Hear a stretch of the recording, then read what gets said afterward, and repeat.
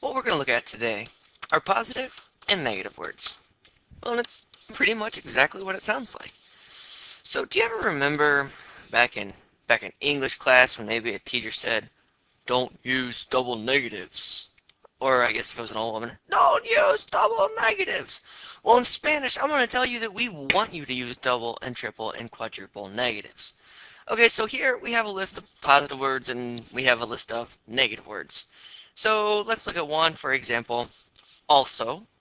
The opposite of the word also would be neither. Or the opposite of always, never. The opposite of someone, no one, something, nothing. And or, neither nor, everyone, no one. And so what you need to do first are know which one goes to which one. And how are you going to do that? You are going to memorize. Okay, how do we use it? Well, the easiest way to take a simple sentence and make it negative is to put in the word no. Okay, so if I say voy a casa, how do I make that negative?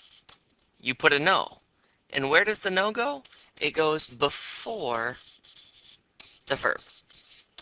So I could say no voy a casa. Positive sentence, negative sentence. Does that concept make sense? Because if we are using a positive sentence, then we need to have some positive words, if we're going to use any. And if we have a negative sentence, we are going to use some negative words. Now, the only negative word that we had in this sentence was no. The second thing is that we hate double negatives in English. In English, double negatives turn that frown. Oh, it is a frown. But in Spanish, we love double negatives. Actually, you have to have double negatives. I dare you, let's do a triple or a quadruple or a quintuple negative? I don't know. Okay, so we have a sentence. Hablo francés también. I speak Spanish also. So that's a positive sentence, and that's a positive word. And if we wanted to turn this into a negative sentence, we would say no hablo francés. And then since we're using a negative word up here, we have to change from también to tampoco. Well, how did I know that that switched to tampoco? Well, remember when I told you at the beginning, you have to memorize and you have to know that this one here is related to this one here? That's why you have to memorize them. So that when we get a sentence and we need to go from a positive to a negative, you remember that we have 2 negatives.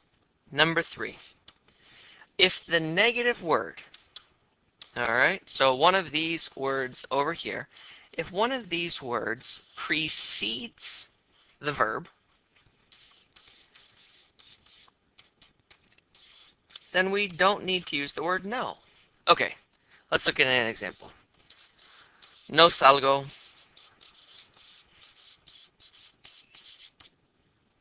I don't ever go out. Or I never go out. But we have the ability to invert the word order, and we can put this before or preceding the verb. And if we do that, and we put our nunca before the verb, we don't have a no. And that is a perfect way to write this sentence. Both this one and both this one are correct. Number 4. When we are working with ninguno and alguno, they changed to algún and ningún, got an accent there, before singular masculine nouns. So if I wanted to say, for example, is there an apartment available? Then I would say algún apartamento. And if I wanted to respond and say, no, there is not a single apartment available, no hay ningún apartamento available. Okay, so when we're working with our positive and negative words, the first thing that you have to do is memorize and know that the opposite of algo is nada. The opposite of nadie is alguien. And the only way that you're going to know these are by memorizing. We know that simple negation, we add a no. In Spanish, we love double, triple, quadruple negatives, opposite of English. And that if we invert our order and we put our negative word first, then we don't have to put in our no. Pay particular attention when you're using ninguno and alguno, because those change just a little bit. So what I want you to do is go out and memorize these to start, and then practice with them. Let me know how it goes. Suerte!